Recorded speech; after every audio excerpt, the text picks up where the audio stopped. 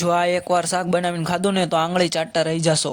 સૌથી પહેલા બધા રીંગણાની કાંગસી પાડીને તેના ડીટિયા કાઢીને આવી રીતના ખાંચા પાડી લેવાના છે। પછી આપણે બટેટા કાપવાના છે।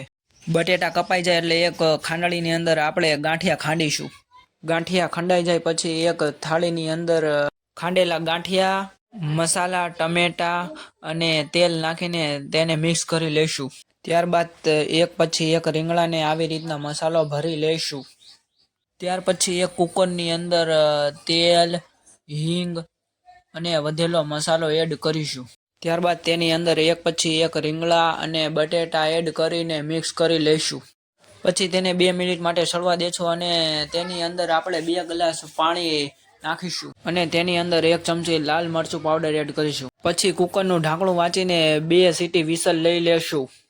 પછી તેની અંદર કોથમરી એડ કરીને એટલે આપણા રીંગણા બટેટાનું શાક રેડી। કેમ આવી ગયું ને મોઢામાં પાણી? બાકી તો હસતા રહેજો, ખુશ રહેજો, પાછા સબસ્ક્રાઇબ અને લાઈક કરતા જજો।